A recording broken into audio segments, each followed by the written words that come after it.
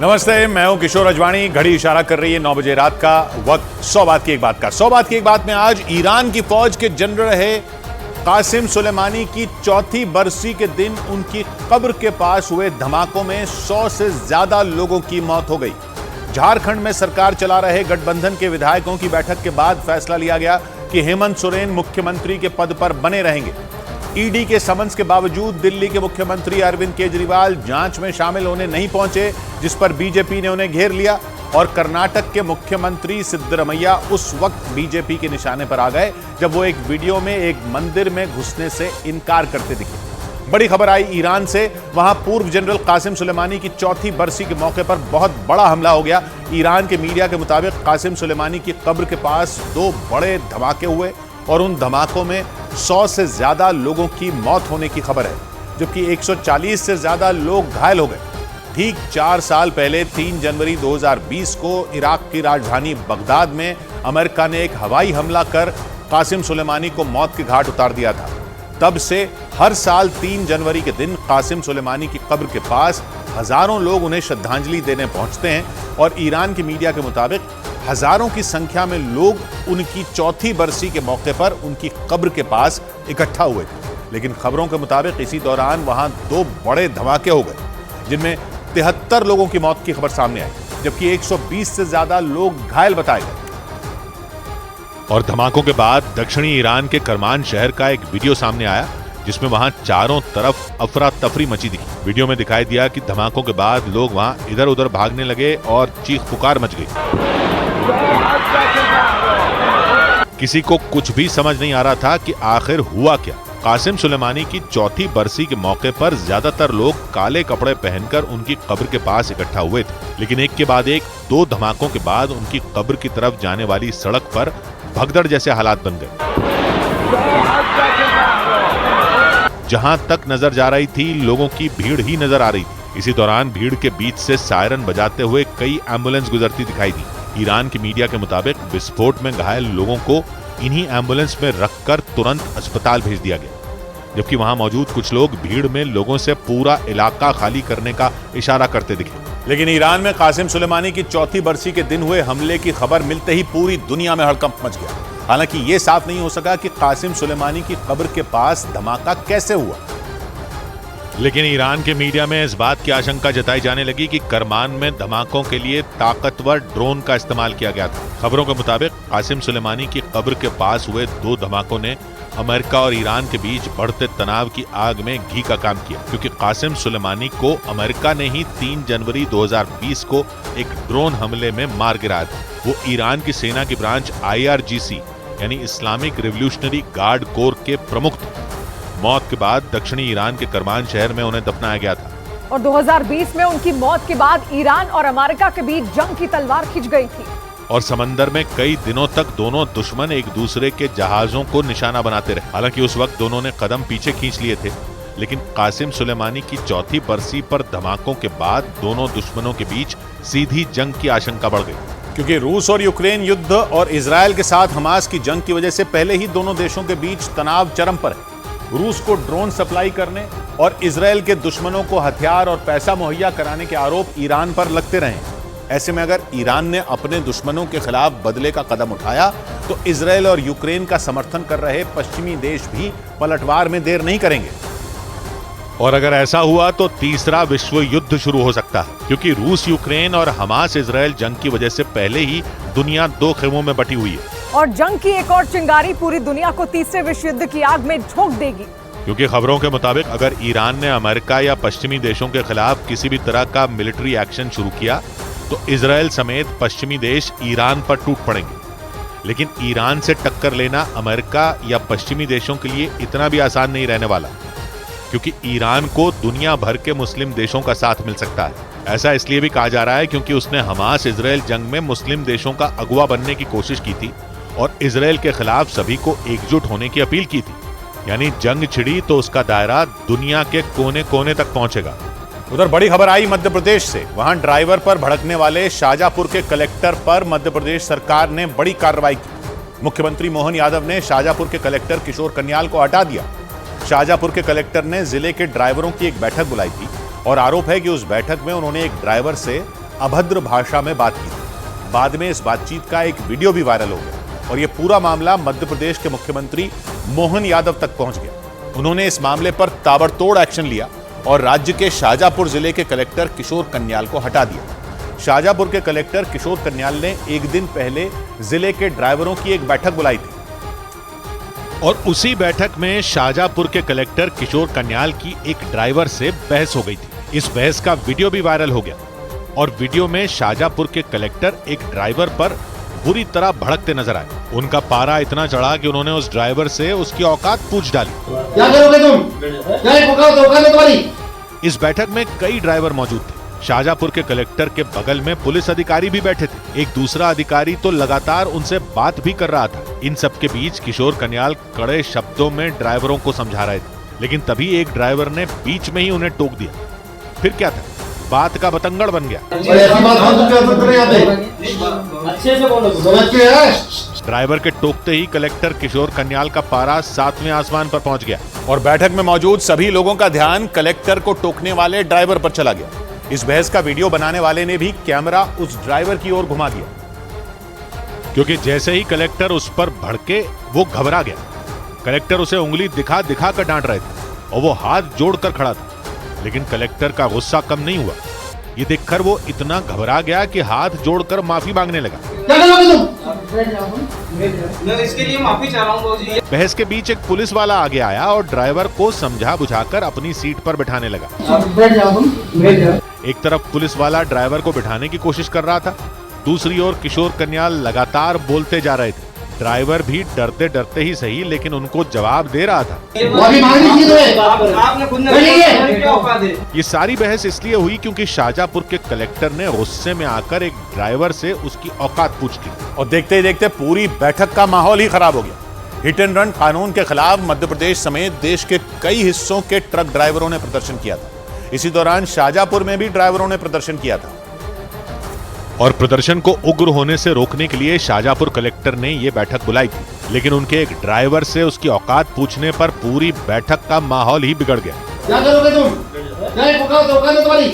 Collector किशोर कन्याल की बातें सुनकर भड़के ड्राइवर को उसकी सीट पर बिठाने में पुलिस वाले को खूब मेहनत करनी पड़ी। वो बार बार औकात वाली बात पर आपत्ति जताता रहा। यही तो चीज है सर, हमें यही लड़ाई, हमारी कोई इसी बीच इस सारी बहस का वहां मौजूद दूसरे लोगों ने वीडियो बना लिया, लेकिन न ड्राइवर चुप हो रहा था और न ही कलेक्टर किशोर कन्याल। पुलिस वाला भी बहस रोकते रोकते थक गया। इसके बाद आसपास मौजूद लोगों ने भी बोलना बंद कर दिया और एक वक्त ऐसा आया जब केवल कलेक्टर और ड्राइवर की बहस हो रही थी और बैठक में मौजूद बाकी लोग हाथ पर हाथ रखकर ये सारा तमाशा देख रहे थे। यही नहीं, कलेक्टर की बात सुनकर बहस करने वाले ड्राइवर ने वहां मौजूद दूसरे ड्राइवरों से समर्थन भी मांगा। माफी मांगनी थी तुम्हें। आपने खुद ने क्या औकात है? भाई बोलो नहीं है, क्या औकात है अपनी? वीडियो में दिखा कि बहस के दौरान ड्राइवर के नजदीक खड़ा एक शख्स लगातार उसका वीडियो बनाता रहा, जबकि एक दूसरे ड्राइवर ने पुलिस वाले की मदद करते हुए उस ड्राइवर को बिठाने की कोशिश की और थोड़ी देर बाद कलेक्टर के तेवर भी नरम पड़ गए। वो अपनी बात का मतलब समझाने लगे, लेकिन इस बीच वहां जो कुछ हुआ उसका पूरा वीडियो बन चुका था और ये वीडियो वायरल भी हो गया। वीडियो के आखिरी हिस्से में कलेक्टर के नर्म हुए तेवर भी दिखे। बहस करने वाला ड्राइवर भी आखिरकार अपनी सीट पर बैठ ही गया। औकात क्या औकात है? अपनी बात को डेवलप तरीके से रखिए, ये तो मैं कह रहा हूं आपको। कलेक्टर ने भले ही बाद में बात संभालने की कोशिश की, लेकिन इससे पहले बोली गई उनकी बातें मध्य प्रदेश के मुख्यमंत्री मोहन यादव को पसंद नहीं आई। ड्राइवर से अभद्र भाषा में बात करने की वजह से शाहजहांपुर जिले के कलेक्टर किशोर कन्याल को हटा दिया गया। ये भाषा कम से कम हमारी सरकार में बर्दाश्त नहीं। दोबारा जो अधिकारी आएगा वो इस प्रकार की भाषा का और व्यवहार का ध्यान रखेगा। मध्य प्रदेश के मुख्यमंत्री मोहन यादव ने इस घटना पर एक्शन लेते हुए नरसिंहपुर जिले के कलेक्टर को शाहजहांपुर का कलेक्टर बना दिया और किशोर कन्याल को उनकी भाषा की वजह से हटा दिया गया। उधर एमपी के पूर्व सीएम शिवराज सिंह चौहान के बंगले का नाम बदल गया। मध्य प्रदेश के पूर्व मुख्यमंत्री शिवराज सिंह चौहान ने भोपाल में अपने सरकारी बंगले का नाम बदलकर मामा घर रख लिया। उन्होंने ट्वीट कर खुद इस बात की जानकारी दी। ज्ञानवापी मामले में एएसआई ने वाराणसी जिला कोर्ट में याचिका दाखिल कर सर्वे रिपोर्ट सार्वजनिक न करने की अपील की। एएसआई ने अदालत से 4 हफ्ते का वक्त मांगा। भारतीय कुश्ती संघ को लेकर चल रहे विवाद के बीच कई युवा पहलवानों ने दिल्ली के जंतर मंतर पर प्रदर्शन किया। उन्होंने पहलवान साक्षी मलिक, विनेश फोगाट और बजरंग पुनिया पर कुश्ती के खेल को बर्बाद करने का आरोप लगाते हुए उनका विरोध किया। न्याय करने के लिए पूरा फेडरेशन रद्द करवाए, बोले फिर से चुनाव करवाओ। उधर मुंबई के नजदीक मीरा रोड से हैरान कर देने वाला एक वीडियो सामने आया। उस वीडियो में डांस बार खुलवाने के मुद्दे पर दो गुटों के बीच जमकर मारपीट होती दिखाई दी। घटना 2 दिन पहले यानी 1 जनवरी की है, जिसका वीडियो अब सामने आया।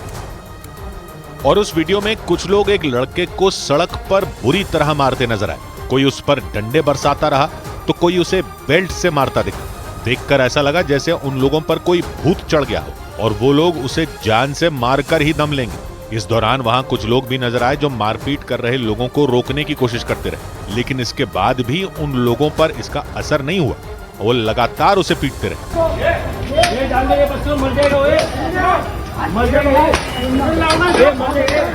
बाद में मारपीट कर रहे उन लोगों ने उस लड़के को सड़क पर गिरा दिया। इसके बाद वो लोग उसे चारों तरफ से घेर कर मारने लगे। एक आदमी उसे पागलों की तरह डंडे से पीटने लगा, जबकि दूसरा उस पर ताबड़तोड़ बेल्ट चलाने लगा। वहां मौजूद एक आदमी ने जब उस लड़के को बचाने की कोशिश की तो मारपीट कर रहे लोगों ने उस आदमी को धकेलकर दूर कर दिया। और ये पूरा बवाल तब हुआ जब 1 जनवरी की शाम को कुछ लड़के एक होटल में खाना खाने पहुंचे थे। उसी होटल के ऊपर एक डांस बार भी था जो बंद था। इसका पता चलते ही वो लड़के डांस बार खुलवाने की जिद पर अड़ गए और इसी बात पर होटल के कर्मचारियों और उन लड़कों के बीच मारपीट शुरू हो गई। आरोप है कि वो लड़के किसी भी सूरत में डांस बार खुलवाने की जिद पर अड़े थे और जब वो नहीं माने तो होटल के कर्मचारी उन पर टूट पड़े।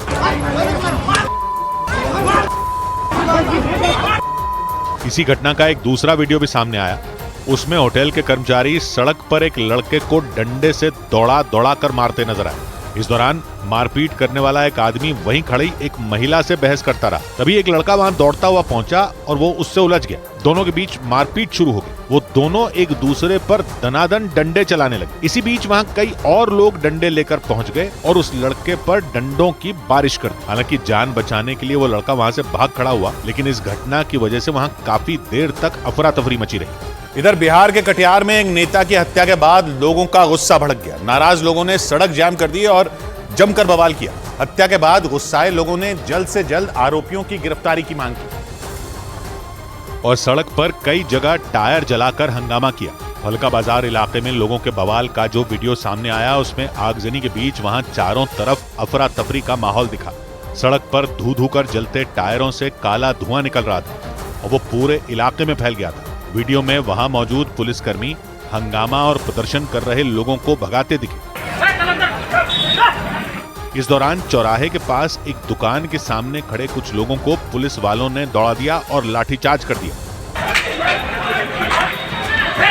इसके बाद प्रदर्शनकारी तितर-बितर हो गए और चौराहे के दूसरी तरफ भागने लगे। वहीं एक दूसरे वीडियो में एक पुलिस अफसर नाराज लोगों को समझाता हुआ दिखाई दिया। पूरा कोशिश करेंगे, आपको वादा करते हैं। हालांकि इसके बाद भी लोगों का गुस्सा शांत नहीं हुआ और नाराज लोग काफी देर तक सड़क पर हंगामा करते रहे, क्योंकि बेखौफ बदमाशों ने कंचन मंडल नाम के एक नेता की आंख में गोली मार दी थी। कंचन मंडल फलका ब्लॉक की प्रमुख दीपशिखा देवी के पति थे। हमलावरों ने कंचन मंडल के साथ ही उनके एक और साथी पर भी गोलियां बरसा दी थी। लेकिन हत्या की यह वारदात वहां लगे एक सीसीटीवी कैमरे में रिकॉर्ड हो गई। 37 सेकंड के वीडियो में दिखा कि कंचन मंडल अपने एक साथी के साथ अपनी दुकान के बाहर बैठे हुए थे। इसी दौरान सड़क के दूसरी तरफ से 3 लोग आते दिखाई दिए। उनमें एक शख्स थोड़ा पहले ही उनकी कुर्सी तक पहुंच गया, जबकि उसके 2 साथी पीछे से आते दिखे। वहां पहुंचते ही तीनों ने पिस्तौल से फायरिंग शुरू कर दी। गोली लगने से कंचन मंडल का साथी जमीन पर गिर गया, जबकि दूसरे बदमाश ने कंचन मंडल की आंखों को निशाना बनाकर सीधे गोली मार दी। हत्याकांड को अंजाम देने के बाद तीनों बदमाश उसी तरफ भागते दिखे जिधर से वो आए थे। पुलिस के मुताबिक गोली लगने से कंचन मंडल की मौत हो गई, जबकि गोली लगने से घायल उनके साथी को अस्पताल में भर्ती करा दिया गया। इस बीच उत्तर प्रदेश की राजधानी लखनऊ से हैरान कर देने वाला एक वीडियो सामने आया। उस वीडियो में वहां बन रही एक 2 मंजिला इमारत अचानक ढहती दिखाई दी। गनीमत यह रही कि इस हादसे में किसी को कोई चोट नहीं पहुंची, लेकिन इसकी वजह से पूरे इलाके में हड़कंप मच गया, क्योंकि चंद सेकंड के अंदर वो 2 मंजिला इमारत ताश के पत्तों की तरह भर-भरा कर गिर गई। इमारत के गिरने की वजह से उस पूरे इलाके में धूल का गुबार छा गया। वहां कई लोग धूल से खुद को बचाने की कोशिश करते भी दिखे। थोड़ी देर बाद जब धूल हटी तो पूरी सड़क इमारत के मलबे से पटी नजर आई। हर तरफ सिर्फ ईंट और पत्थर ही पड़े दिखाई दिए।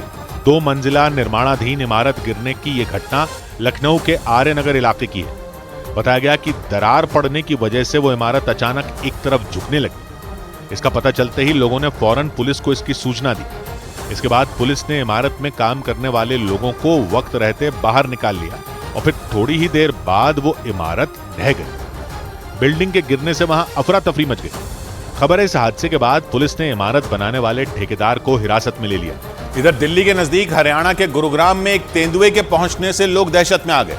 वहां के नरसिंहपुर इलाके में उस तेंदुए को टहलते देख लोग खौफ से भर गए, क्योंकि वो तेंदुआ वहां मौजूद एक घर में घुस गया। इसका जो वीडियो सामने आया उसमें वो तेंदुआ उस घर के एक हिस्से से तेजी से भागता हुआ आता दिखाई दिया। वो तेंदुआ उस घर के दूसरे हिस्से में मौजूद एक कमरे में घुसने के लिए तेजी से भागता हुआ गया, लेकिन उस कमरे का दरवाजा बंद था और इसीलिए जैसे ही उसने उस कमरे में घुसने के लिए छलांग मारी, वो उस कमरे के दरवाजे से टकरा गया। इसे देखकर उस कमरे में मौजूद लोग बुरी तरह डर गए। इसके बाद वो उस कमरे के सामने मौजूद सीढ़ियों पर तेजी से भागता हुआ ऊपर की तरफ चला गया और पलक झपकते ही वो वहां से गायब हो गया। लेकिन नरसिंहपुर के रिहायशी इलाके में उस तेंदुए के आने से वहां हड़कंप मच गया, क्योंकि वो तेंदुआ तेजी से भागता हुआ वहां के घर से दूसरे घर में छलांग मार रहा था और उसकी वजह से वहां रहने वाले लोग दहशत में आ गए। वहां से जो वीडियो सामने आया उसमें वो तेंदुआ रिहायशी इलाके में इधर उधर घूमता नजर आया। उसे देखकर लोग शोर मचाने लगे। वहां से आए एक और वीडियो में वो तेंदुआ एक घर से दूसरे घर में छलांग लगाता दिखाई दिया। उसने उस घर की दीवार को फांदा और वहां लगे एक बड़े से पेड़ से टकराकर दूसरे घर में पहुंच गया। उसको इधर से उधर घूमते हुए देख वहां रहने वाले लोग अपने घरों की छत पर चढ़ गए और उस तेंदुए पर नजर रखने लगे। वहां से आई एक तस्वीर में एक घर के बाहर लोगों की भीड़ नजर आई और वो लोग उस घर से उस तेंदुए के निकलने का इंतजार कर रहे थे। इस दौरान छत पर खड़े लोग उस पर नजर बनाए हुए थे। ऐसे में जैसे ही उन्होंने उसको वहां से निकलते देखा, उन्होंने शोर मचाना शुरू कर दिया और शोर को सुनकर वहां खड़े लोग पीछे हट गए, लेकिन उस तेंदुए ने उन्हें चकमा दे दिया और वो उस घर से बाहर ही नहीं आया। और इसके बाद उस इलाके में रहने वाले लोगों की सांसें अटक गईं, क्योंकि वन विभाग और पुलिस की तमाम कोशिश के बाद भी वो तेंदुआ उनके हाथ नहीं आ रहा था और वो लगातार एक घर से दूसरे घर में छलांग मार रहा था। ऐसे में उस तेंदुए को पकड़ने के लिए 2 लोगों ने मिलकर एक घर की छत से जाल लटकाया। इसका जो वीडियो सामने आया उसमें वो लोग जाल लटकाकर उसका इंतजार करते दिखाई दिए। थोड़ी देर बाद वो बाहर आया, लेकिन उस जाल को देखकर वो वापस उस घर के अंदर चला गया। उसके बाद वो दोनों काफी देर तक उसके इंतजार में वहीं खड़े रहे, लेकिन वो तेंदुआ वहां नहीं आया। ऐसे में वो दोनों उस जाल को वहीं छोड़कर वहां से चले गए। बताया गया कि वहां रहने वाले लोगों ने सुबह 6 बजे उस तेंदुए को पहली बार देखा था। उसके बाद गुरुग्राम पुलिस और वन विभाग को इसकी जानकारी दी गई, लेकिन तमाम कोशिश के बाद भी वो किसी के हाथ नहीं आया।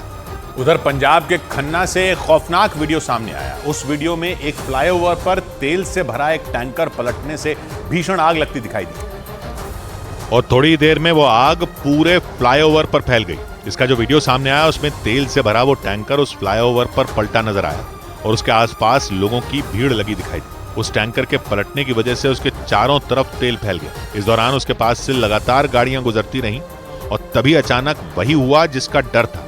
वहां पहले तेल ने अचानक आग पकड़ ली और इसके बाद तो जैसे वहां हाहाकार मच गया। पेट्रोल फैला होने की वजह से पूरा फ्लाईओवर धधकने लगा। उसकी वजह से वहां अफरा तफरी मच गई। जान बचाने के लिए लोग इधर उधर भागने लगे। वो आग इतनी भयंकर थी कि उस फ्लाईओवर के नीचे खड़े लोग भी दहशत में आ गए। आग इतनी भीषण थी कि उससे निकलने वाला धुआं कई किलोमीटर दूर से ही दिखाई दे रहा था। हालांकि इस घटना के बाद फायर ब्रिगेड की टीम वहां पहुंची और कड़ी मशक्कत के बाद आग पर काबू पा लिया। उधर हेमंत सोरेन अभी झारखंड के मुख्यमंत्री बने रहेंगे। सूत्रों के हवाले से खबर है कि झारखंड में मुख्यमंत्री हेमंत सोरेन अपने पद से इस्तीफा नहीं देंगे।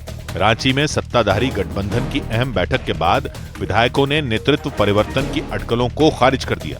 इससे पहले खबर सामने आई थी कि ईडी जांच की वजह से हेमंत सोरेन इस्तीफा देंगे और उनकी जगह उनकी पत्नी कल्पना सोरेन को यह जिम्मेदारी दी जाएगी। हेमंत जी आज भी मुख्यमंत्री हैं, आगे भी मुख्यमंत्री रहेंगे।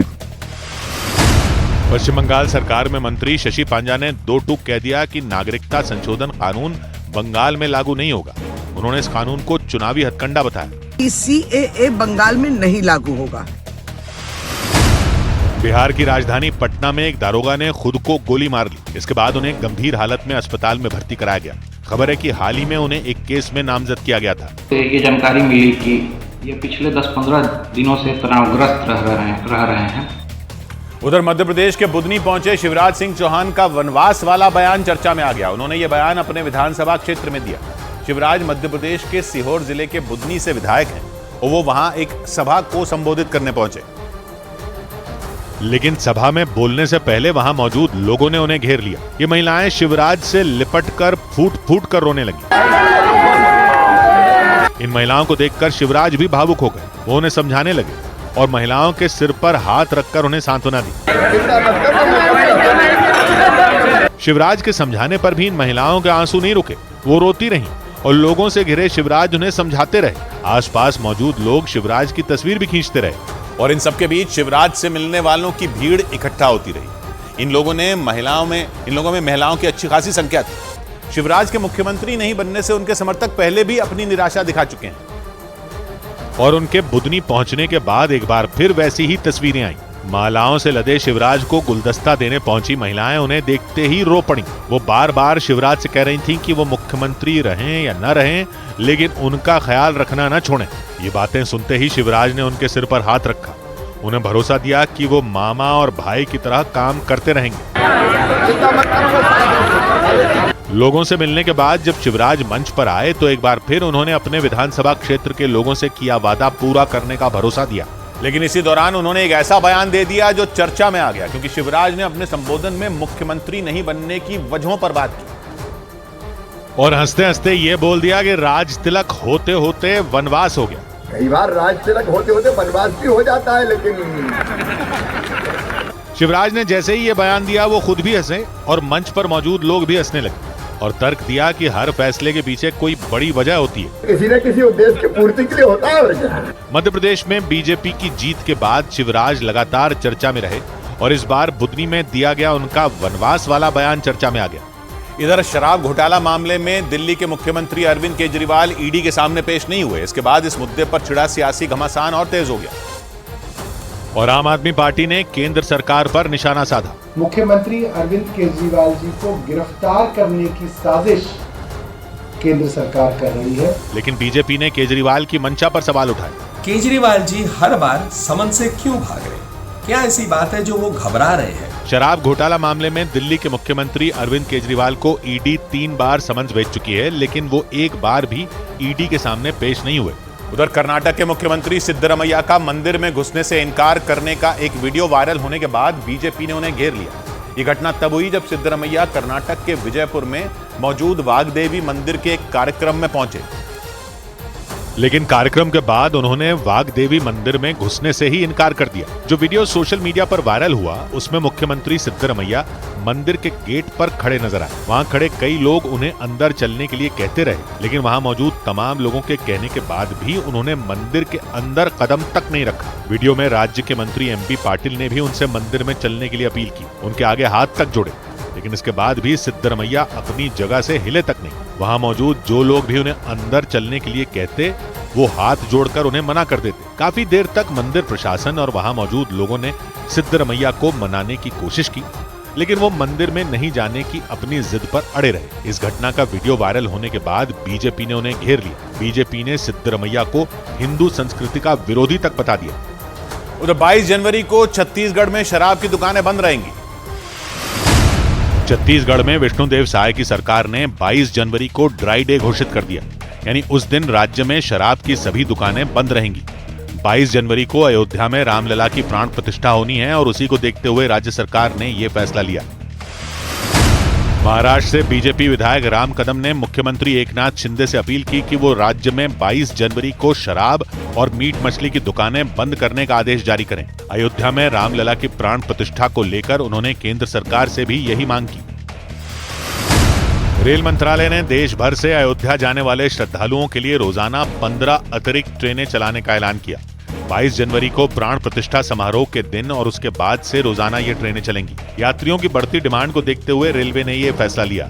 उधर खुफिया सूत्रों के हवाले से खबर है कि आतंकी संगठन टीटीपी यानी तहरीक तालिबान पाकिस्तान से सुलह कराने जा रहे पाकिस्तान के पूर्व मंत्री असद महमूद को आतंकियों ने जान से मारने की धमकी दे दी।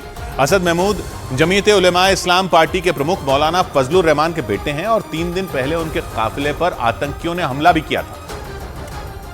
हालांकि उस हमले में उनकी जान बच गई थी, लेकिन खुफिया सूत्रों का दावा है कि इस घटना के 3 दिन बाद एक बार फिर आतंकियों ने पाकिस्तान के पूर्व मंत्री असद महमूद को जान से मारने की धमकी दे दी। इस धमकी के बाद पाकिस्तान के खैबर पख्तूनख्वा प्रांत के डेरा इस्माइल खान जिले की पुलिस ने अलर्ट जारी कर दिया और असद महमूद को यह सलाह दी कि वो पाकिस्तान की सुरक्षा एजेंसियों को बताए बिना घर से बाहर निकलने की गलती न करे, क्योंकि वो अपने पिता और जमीयत उलेमा इस्लाम पार्टी के प्रमुख फजलुर रहमान की तरह आतंकियों की हिटलिस्ट में और उन पर किसी भी वक्त और कहीं पर भी हमला हो सकता है। खुफिया सूत्र बताते हैं कि आतंकी असद महमूद से इसलिए नाराज हैं क्योंकि वो आतंकी संगठन टीटीपी यानी तहरीक तालिबान पाकिस्तान समेत कई मुद्दों पर सुलह कराने के लिए अफगानिस्तान जाने वाले थे। दावा है कि इसी वजह से आतंकियों ने 3 दिन पहले उनके काफिले पर हमला भी बोला था। इसके बाद उनका अफगानिस्तान दौरा रद्द हो गया था। इधर बिहार के औरंगाबाद से हैरान कर देने वाला एक मामला सामने आया। वहां कुछ लड़कों ने बंदूक के साथ नए साल का जश्न मनाया। इस घटना से जुड़ा एक वीडियो भी सामने आया, जिसके बाद पुलिस एक्शन में आ गई और वायरल हुए उस वीडियो में एक कमरे के अंदर 4 लड़के दिखाई दिए, जिनमें 2 के पास बंदूक थी। बताया गया कि वो चारों लड़के उस कमरे में नए साल का जश्न मना रहे थे। जो वीडियो सामने आया उसमें चारों लड़के किसी गाने की धुन पर नाचते नजर आए और उस दौरान वो बंदूक अपने हाथों में लेकर नाटक भी कर रहे थे। बंद कमरे में ये ड्रामा काफी देर तक चलता रहा और बंदूक के साथ जश्न मनाने का वो वीडियो सामने आते ही पुलिस ने उन चारों लड़कों के खिलाफ FIR दर्ज कर दी। पुलिस के मुताबिक वीडियो में दिखे चारों लड़के औरंगाबाद जिले के ही रहने वाले हैं। वीडियो की जांच के बाद पुलिस ने आरोपियों की गिरफ्तारी के लिए छापेमारी भी की, लेकिन बताया गया कि वो चारों लड़के गिरफ्तारी के डर से फरार हो गए और पुलिस ने वीडियो में दिखी दोनों बंदूकों को भी जब्त कर लिया। साथ ही आरोपियों को जल्द गिरफ्तार करने का दावा किया। इस बीच मध्य प्रदेश के रतलाम से एक खौफनाक वीडियो सामने आया। वहां सुबह के वक्त प्लास्टिक का सामान बनाने वाली एक फैक्ट्री में अचानक आग लग गई। इसके बाद तो कुछ मिनटों में ही आग की लपटों ने पूरी फैक्ट्री को कब्जे में ले लिया और वो फैक्ट्री किसी आग के गोले में बदल गई। आग भी ऐसी कि जिसने देखा उसकी रूह कांप उठी। कई किलोमीटर दूर से ही आग की ऊंची ऊंची लपटें उठती दिखी। आशंका जताई गई कि उस फैक्ट्री में शॉर्ट सर्किट की वजह से आग लगी। इसके बाद वो इतनी तेजी से फैली कि उसे रोकना मुश्किल हो गया और देखते ही देखते पूरी की पूरी फैक्ट्री उसकी जद में आ गई। प्लास्टिक का सामान बनाने वाली उस फैक्ट्री के मालिक के मुताबिक यह हादसा सुबह करीब 4 बजे हुआ और फैक्ट्री में आग लगने से उसमें रखा लाखों का कच्चा माल जलकर राख हो गया। नुकसान का तो अनुमान नहीं लगा सकते हैं साहब, अभी कह नहीं सकते हैं अभी तो। हादसा इतना भयानक था कि वो पूरी फैक्ट्री कुछ देर में ही राख में बदल गई। लपटों को देखकर अंदाजा लगाना ज्यादा मुश्किल नहीं था कि फैक्ट्री की हालत क्या हुई होगी। इस बीच उस फैक्ट्री के पीछे बने एक 2 मंजिला मकान से भी लपटें उठने लगी और ये डर सताने लगा कि कहीं आसपास के मकान और फैक्ट्रियां भी इसकी चपेट में ना जाएं, क्योंकि अगर ऐसा होता तो फिर इस आग में कई लोगों की जान भी जा सकती थी। इसलिए फौरन रतलाम के दमकल विभाग में मौजूद पानी के सभी टैंकरों को वहां रवाना कर दिया गया और उन्हें जल्द से जल्द फैक्ट्री में लगी आग बुझाने के काम में झोंक दिया गया। इसके बाद तो मोटे मोटे पाइपों से पानी की बौछार शुरू हो गई, लेकिन तब तक फैक्ट्री में लगी आग इतनी विकराल हो चुकी थी कि पानी की तेज धार का भी उस पर कोई असर नहीं पड़ा। इसे देखकर दमकल विभाग के लोगों के हाथ पैर फूलने शुरू हो गए और फिर उन्होंने आसपास के शहरों से भी दमकल की गाड़ियां मंगवाई। लगातार कार्यरत है और लगभग 10-12-15 राउंड करीबन लारी ने ऑलरेडी लगा चुके हैं। हालांकि घंटों तक चली मशक्कत के बाद आखिरकार लपटों का तांडव बंद हुआ।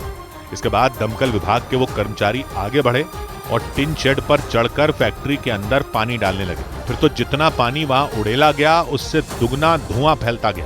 एक पल को तो ऐसा लगा मानो वो लोग बादलों के बीच खड़े हों, क्योंकि वहां इतना धुआं हो चुका था कि आगे कुछ भी देख पाना नामुमकिन हो गया। लेकिन दमकल विभाग के लोगों ने हार नहीं मानी और अपना ऑपरेशन जारी रखा, जिसका असर ये हुआ कि घंटों से भभक रही उस फैक्ट्री की आग आखिरकार बुझा ली गई। गनीमत ये रही कि इस हादसे में किसी जान का नुकसान नहीं हुआ। टीएमसी नेता महुआ मोइत्रा को अदालत से कोई राहत नहीं मिली। सुप्रीम कोर्ट ने टीएमसी नेता महुआ मोइत्रा की संसद सदस्यता रद्द करने के आदेश पर रोक लगाने वाली याचिका ठुकरा दी। पैसे लेकर संसद में सवाल पूछने के आरोपों की जांच के बाद पिछले साल दिसंबर में महुआ मोइत्रा की संसद सदस्यता रद्द कर दी गई थी।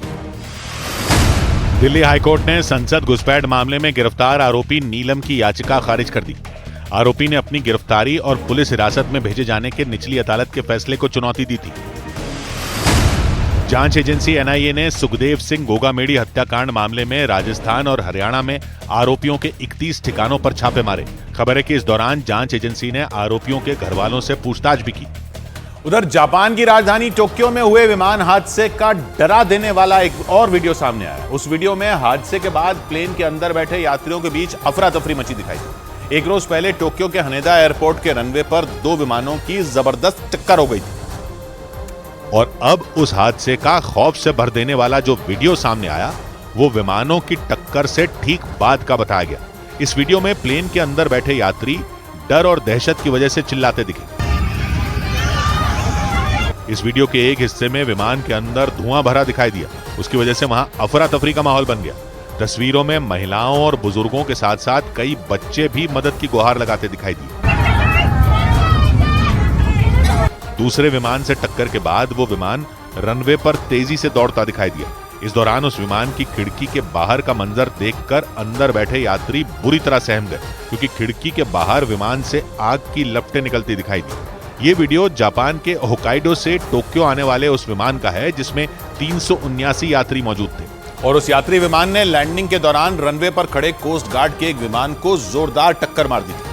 हालांकि इस हादसे में यात्री विमान में मौजूद सभी लोगों को सुरक्षित बचा लिया गया था, लेकिन कोस्ट गार्ड के विमान में मौजूद 6 में 5 लोगों की जान चली गई।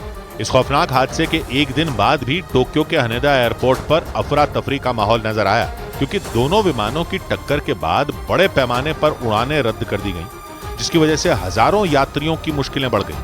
हनेदा एयरपोर्ट से आई तस्वीरों में सैकड़ों यात्री विमानों का इंतजार करते दिखे। घंटों तक इंतजार करने के बाद कई यात्री तो एयरपोर्ट परिसर में ही सोते दिखाई दिए। बताया गया कि कुछ यात्री तो हादसे के बाद से ही वहां अटके हुए हैं, क्योंकि उन्हें जिन उड़ानों में यात्रा करनी थी वो रद्द कर दी गई।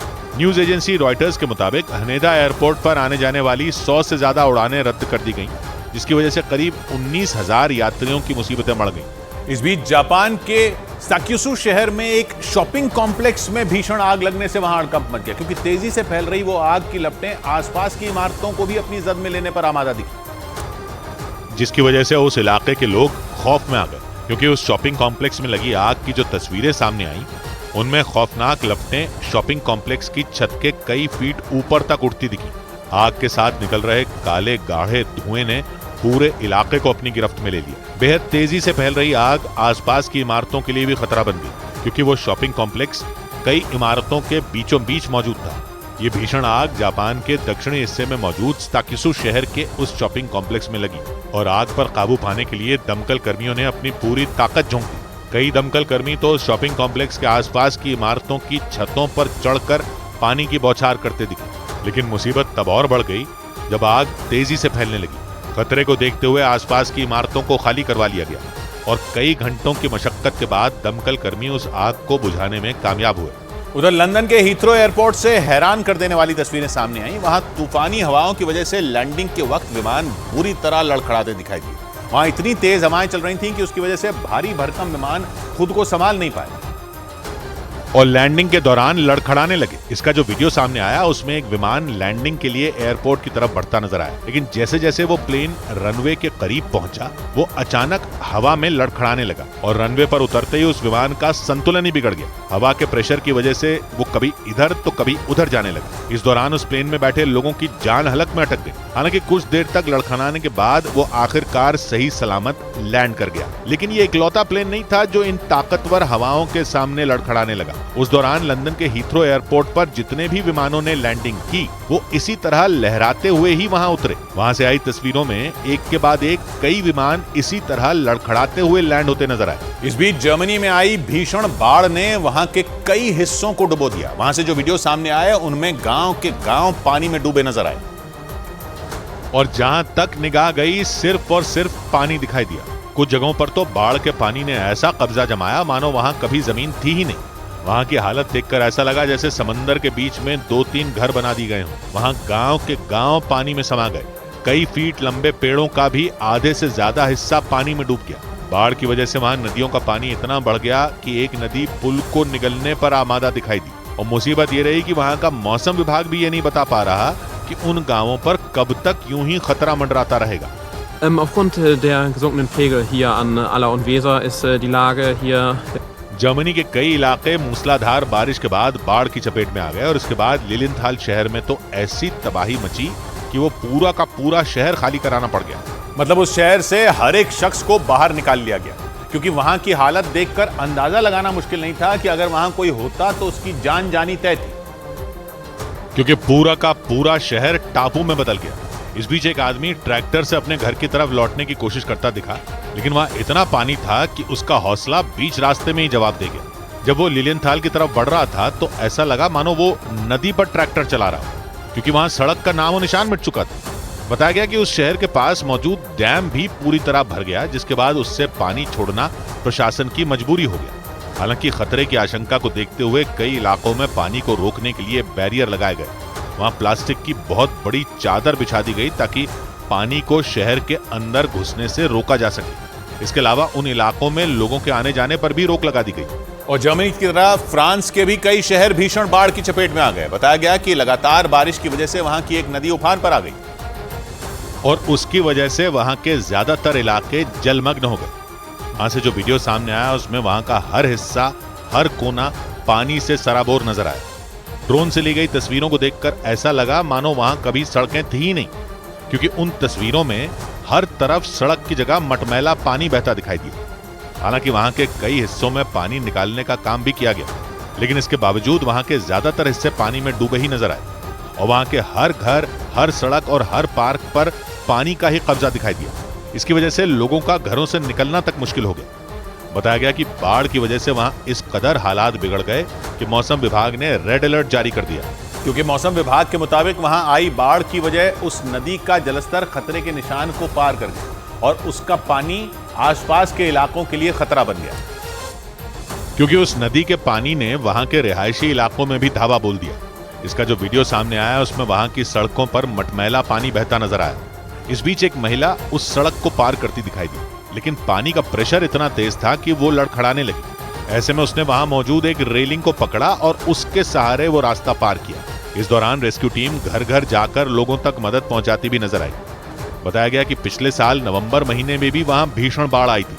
उसके बाद वहां के निचले इलाकों में रहने वाले कई लोगों को अपना घर छोड़ना पड़ा और अब एक बार फिर वहां ऐसे ही हालात बनते जा रहे हैं, क्योंकि वहां के मौसम विभाग ने आने वाले दिनों में और बारिश होने का अनुमान जताया है। उधर एमपी के खंडवा में एक स्कूल को बम से उड़ाने की धमकी से हड़कंप मच गया। मध्य प्रदेश के खंडवा में एक स्कूल में धमकी भरी चिट्ठी मिलने से सनसनी फैल गई। पुलिस के मुताबिक इस खत में पाकिस्तान की खुफिया एजेंसी ISI का जिक्र है और स्कूल समेत देश के कई राज्यों में बम धमाके की चेतावनी दी गई है। प्राथमिक तौर पर ये कहीं लगता है कि इसमें किसी न किसी तरह की खराबत की गई। सूत्रों के हवाले से खबर है कि सेना ने जम्मू कश्मीर में 50 नई बुलेट प्रूफ गाड़ियां भेजी हैं। खबर है कि इन गाड़ियों से जंगलों में छिपे आतंकियों के खिलाफ अभियान चलाने में मदद मिलेगी। हाल ही में राजौरी में आतंकियों ने सेना की 2 गाड़ियों पर ताबड़तोड़ गोलियां बरसा दी थी। जयपुर में महिलाओं के साथ लूटपाट करने वाले अपराधियों को सबक सिखाने के लिए पुलिस ने पकड़े गए 3 बदमाशों का जुलूस निकाला। उन तीनों बदमाशों को लेकर पुलिस कई इलाकों से गुजरी और लोगों से सावधान रहने की अपील की। बड़ी खबर आई पाकिस्तान से। पाकिस्तान और अफगानिस्तान में एक बार फिर तनाव बढ़ गया। इस बार दोनों देशों ने एक दूसरे पर आतंकी संगठनों को अमेरिकी हथियार मुहैया कराने के आरोप लगाए। दोनों के बीच ये बहस तब हुई जब तालिबान और पाकिस्तान के बीच एक हाई लेवल मीटिंग चल रही थी। ये मीटिंग आतंकी घटनाओं की वजह से दोनों देशों के बीच बढ़ते तनाव को खत्म करने के लिए की जा रही थी, लेकिन सूत्रों का दावा है कि इस मीटिंग में तनाव घटने के बजाय और बढ़ गया, क्योंकि पाकिस्तान इस दौरान अफगानिस्तान पर हावी होने की कोशिश करने लगा।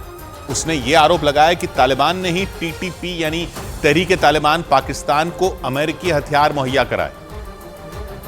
और सूत्रों के मुताबिक पाकिस्तान के इस आरोप पर तालिबान के बड़े नेताओं में एक मुल्ला शिरीन बुरी तरह भड़क गए, क्योंकि पाकिस्तान ने आरोप लगाया कि तालिबान ने ही TTP की बाजुएं मजबूत की और फिर TTP के लड़ाकों को चोरी छिपे अमेरिका के घातक हथियार भी दिए। मतलब पाकिस्तान ने सीधे सीधे अपने यहाँ हो रहे आतंकी हमलों के लिए तालिबान को जिम्मेदार बता दिया। लेकिन तालिबान ने इस बार चुप रहने की बजाय उल्टा पाकिस्तान पर ही धावा बोल दिया और ये आरोप लगा दिया कि अफगानिस्तान से गिरफ्तार किए गए आतंकियों के पास से भी कई अमेरिकी हथियार बरामद किए गए और उन आतंकियों के तार पाकिस्तान से जुड़े। मतलब अफगानिस्तान ने पाकिस्तान को उसी की भाषा में जवाब दे दिया और ऐसा होते ही पाकिस्तान बैकफुट पर आ गया। इसके बाद तो उसने आरोपों की झड़ी लगा दी उसने ये दावा भी किया कि तालिबान ने टीटीपी को अमेरिका की आधुनिक बंदूकों के साथ ही नाइट विजन गॉगल भी दिए। और पाकिस्तान का आरोप है कि इन्हीं अमेरिकी हथियारों के दम पर टीटीपी के लड़ाकों ने पाकिस्तान में कई बार तबाही मचाई। सूत्रों के मुताबिक इस दौरान पाकिस्तान ने तालिबान को घेरने के लिए इस मीटिंग में कई वीडियो भी दिखाए और उनके जरिए यह साबित करने की कोशिश की कि टीटीपी के हमलों में बड़ी तादाद में अमेरिकी हथियार इस्तेमाल किए गए।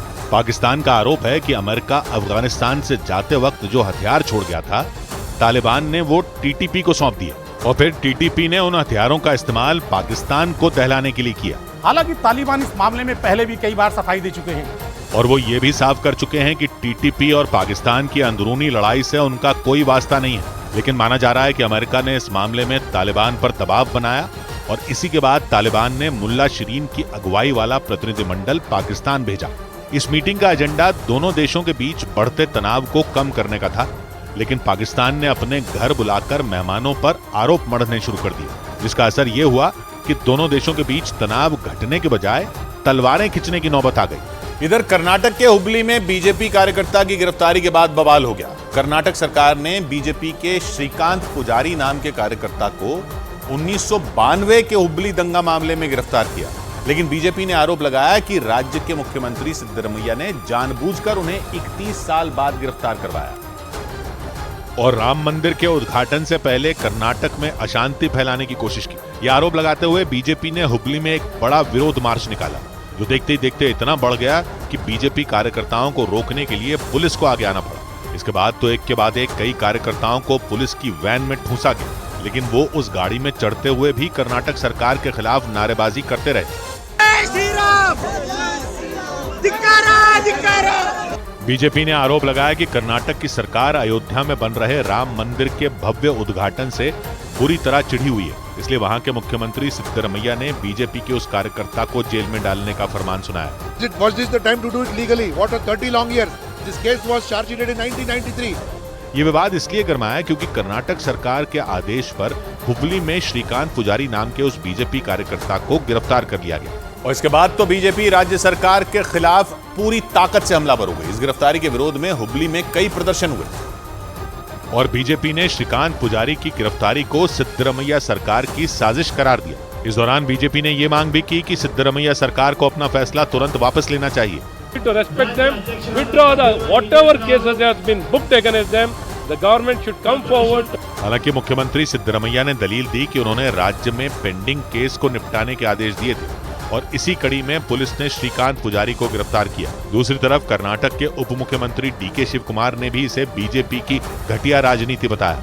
इस बीच असदुद्दीन ओवैसी के राम मंदिर पर दिए बयान के बाद छिड़ा हंगामा थमा भी नहीं था कि उन्होंने एक बार फिर इसे हवा दे दी। उन्होंने दावा किया कि वो किसी भी कीमत पर अयोध्या में 6 दिसंबर 1992 को हुई घटना को नहीं भूलेंगे और न ही देश के बाकी लोगों को इसे भूलने देंगे। 6 दिसंबर अगर नहीं होता तो जजमेंट क्या आता? गलती क्या है बोलने में? गोली मारेंगे क्या? इसके बाद बीजेपी नेता धर्मगुरु रामविलास वेदांती ने उन्हें निशाने पर ले लिया। ओवैसी का जन्म नहीं हुआ था जब बाबर ने मंदिर को तोड़ा था। 2 दिन पहले भी असदुद्दीन ओवैसी ने राम मंदिर पर विवादास्पद बयान दिया था। उधर समाजवादी पार्टी के विधायक जियाउर रहमान बर्क ने राम मंदिर निर्माण की तुलना पुलवामा हमले से कर दी। समाजवादी पार्टी के विधायक जियाउर रहमान बर्क ने राम मंदिर को पुलवामा हमले से जोड़ते हुए बीजेपी पर निशाना साधा। उन्होंने आरोप लगाया कि पुलवामा हमले की तरह इस बार राम मंदिर के बहाने असली मुद्दों से ध्यान भटकाया जा रहा है। इस समय भी ये अपना इस मंदिर को मुद्दे को ला करके लोगों को मुद्दे से भटकाना चाहते हैं। बिहार की राजधानी पटना में हिंदू शिव भवानी सेना नाम के संगठन ने आरजेडी विधायक फतेह बहादुर सिंह के खिलाफ पोस्टर लगाए। इन पोस्टरों के जरिए फतेह बहादुर सिंह की जीभ काटने पर 10 लाख रुपए का इनाम देने का ऐलान किया गया। आरजेडी विधायक पर हिंदू देवी देवताओं पर विवादास्पद टिप्पणी करने के आरोप हैं। पंजाब के तरन तारण में बीएसएफ ने सीमा पार से ड्रोन के जरिए ड्रग्स भेजने की एक और कोशिश नाकाम कर दी। इस दौरान बीएसएफ ने ड्रोन के साथ आधा किलो हेरोइन बरामद की। उधर ब्रेकिंग न्यूज आ रही है दिल्ली से। ईडी सूत्रों के मुताबिक दिल्ली के सीएम अरविंद केजरीवाल को फिर से समन्स भेजे जा सकते हैं। इतना ही नहीं, सूत्रों के मुताबिक जांच एजेंसी दिल्ली के मुख्यमंत्री अरविंद केजरीवाल को हिरासत में लेकर भी पूछताछ कर सकती है। ईडी के कई बार समन्स दिए जाने के बाद भी अरविंद केजरीवाल जांच में शामिल होने के लिए नहीं पहुंचे हैं। आनंद तिवारी हमारे साथ जुड़ रहे हैं। आनंद, क्या खबर आ रही है? जी देखिए किशोर जी, ईडी अब दो विकल्प पर विचार कर रही है कि 3 बार सम्मन देने के बाद भी दिल्ली के मुख्यमंत्री अरविंद केजरीवाल जब ईडी के सम्मन पर पेश नहीं हुए तो अब उन्हें एक बार फिर से सम्मन भेजा जा सकता है, और अगर वो सम्मन पर पेश नहीं होंगे तो ईडी उन्हें हिरासत में लेकर पूछताछ कर सकती है। तो दोनों विकल्प पर ईडी विचार कर रही है और कयास लगाए जा रहे हैं कि एक बार फिर से दिल्ली के मुख्यमंत्री अरविंद केजरीवाल को ईडी सम्मन करेगी। शुक्रिया आनंद आपका। इधर दिल्ली के नजदीक हरियाणा के गुरुग्राम में एक होटल के अंदर दिव्या पाहुजा नाम की मॉडल की गोली मारकर हत्या कर दी गई। इस मामले में पुलिस ने 3 आरोपियों को गिरफ्तार कर लिया। पुलिस के मुताबिक 27 साल की दिव्या दिल्ली के रहने वाले एक कारोबारी के साथ नया साल मनाने गई थी और दोनों नया साल मनाने के बाद एक रोज पहले गुरुग्राम के एक होटल में रुके थे। और पुलिस सूत्रों का दावा है कि उसी होटल में दिव्या पाहुजा की हत्या कर दी गई। हत्या के बाद का एक सीसीटीवी वीडियो भी सामने आया। उसमें 2 लोग होटल के कमरे से दिव्या के शव को चादर में लपेट कर ले जाते नजर आए। पुलिस के मुताबिक गुरुग्राम के बलदेव नगर की रहने वाली दिव्या दिल्ली के रहने वाले कारोबारी अभिजीत सिंह के साथ नया साल मनाने गई थी। उसके बाद एक रोज पहले दोनों गुरुग्राम के सिटी पॉइंट होटल में रुके थे। आरोप है कि अभिजीत ने ही अपने साथियों के साथ मिलकर होटल में दिव्या की हत्या कर दी और फिर अपने दोस्तों के साथ शव लेकर वहां से फरार हो गए। पुलिस के मुताबिक अभिजीत ने इस काम के लिए अपने दोस्तों को 10 लाख रुपए भी दिए। इस मामले में पुलिस ने अभिजीत को गिरफ्तार कर लिया और उससे पूछताछ कर ये पता लगाने की कोशिश कर रही है कि उसने दिव्या की हत्या क्यों की। सूत्र बताते हैं कि दिव्या संदीप गाडोली नाम के गैंगस्टर की दोस्त थी। 7 फरवरी 2016 को मुंबई में संदीप का एनकाउंटर कर दिया गया था। पुलिस सूत्रों का दावा है कि दिव्या ने ही उसकी मुखबिरी की थी। उधर बड़ी खबर आई इजराइल और हमास की जंग से जुड़ी। इजराइल ने हमास के डिप्टी कमांडर सालेह अल अरोरी को ड्रोन अटैक में मार गिराया। ड्रोन अटैक रात में लेबनान की राजधानी बेरूत में हुआ। इसके बाद हमास ने दावा किया कि इस हमले में उसके डिप्टी कमांडर सालेह अल अरोरी के अलावा 2 और लोगों की मौत हो गई। हालांकि इजराइल ने इस बारे में कोई औपचारिक बयान नहीं दिया, लेकिन न्यूज एजेंसी रॉयटर्स के मुताबिक लेबनान में छिपकर बैठा हमास का डिप्टी कमांडर सालेह अल अरोरी मारा गया। और यह खबर सुनकर सिर्फ हमास ही नहीं बल्कि हूथी लड़ाके, लेबनान और ईरान का पारा भी चढ़ गया। न्यूज एजेंसी रॉयटर्स की यह खबर देने के बाद हमास ने खुद इसकी पुष्टि की। देखते ही देखते हमास के डिप्टी कमांडर सालेह अल अरोरी की मौत की खबर जंगल की आग की तरह फैल गई और वेस्ट बैंक के रमल्ला में प्रदर्शन शुरू हो गए। हमास के डिप्टी कमांडर सालेह अल अरोरी की मौत का मातम मनाने के लिए भीड़ वेस्ट बैंक की सड़कों पर उतर आई। लोग तालियां बजाकर नारे लगाने लगे।